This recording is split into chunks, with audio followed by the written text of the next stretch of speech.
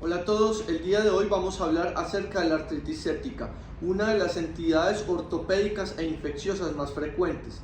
La frecuencia precisamente de esta entidad varía dependiendo de la población que usted analice. Si estamos hablando de la población general, tenemos una incidencia de 2 por cada 100.000 habitantes. En los extremos de la vida puede llegar a ser de 10 por 100.000 habitantes. En pacientes que tienen, por ejemplo, enfermedades inmunológicas como la artritis reumatoidea o el lupus, de 15 por 100.000, y en pacientes en hemodiálisis tan alto como 500 por 100.000. Obviamente esto va a tener muchas variabilidades dependiendo si el paciente es inmunocompetente, inmunosuprimido o ha sufrido algún trauma o reemplazo articular. Cuando analizamos entonces cuáles son los patógenos más frecuentemente involucrados, en el 50% de los casos tenemos a los estafilococos, tanto meticilinos sensibles como resistentes, y por supuesto áureos o los otros coagulasa negativos. El 20% de los casos se deben a Streptococcus, principalmente Streptococcus pyogenes y Streptococcus pneumoniae, muy importante como causa de bacteriemia.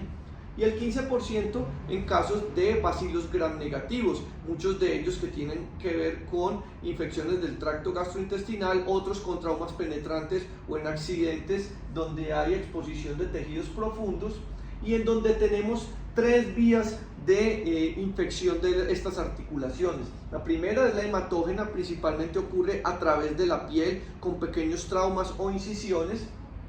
En el tracto gastrointestinal asociado a episodios diarreicos, tracto genitourinario la más frecuente es la infección por gonococo, y en los casos de endocarditis, en donde hay una diseminación desde el foco endocárdico hacia la articulación comprometida como una diseminación a distancia.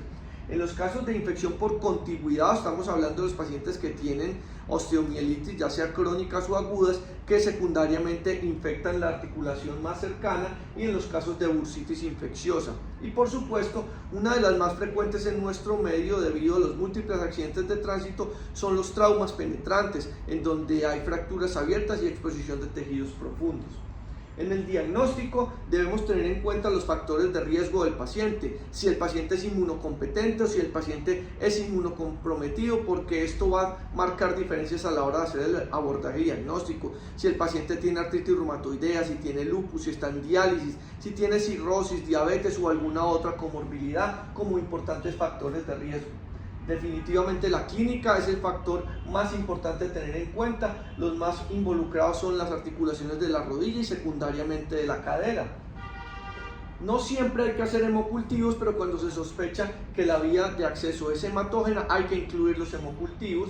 La artrocentesis es muy importante como el principal abordaje diagnóstico. Siempre hay que realizar un citoquímico de ese líquido, un GRAM, KOH y ZN, principalmente en los pacientes inmunocomprometidos, donde tuberculosis es muy importante en nuestro medio. Por supuesto, los cultivos que deben incluir hongos, micobacterias y por supuesto piógenos, y una nueva herramienta que es las herramientas moleculares que tenemos disponible en nuestro medio, en este caso el FilmArray, que es una PCR múltiple que nos identifica el género, especie y también algunos patrones de susceptibilidad a los antibióticos.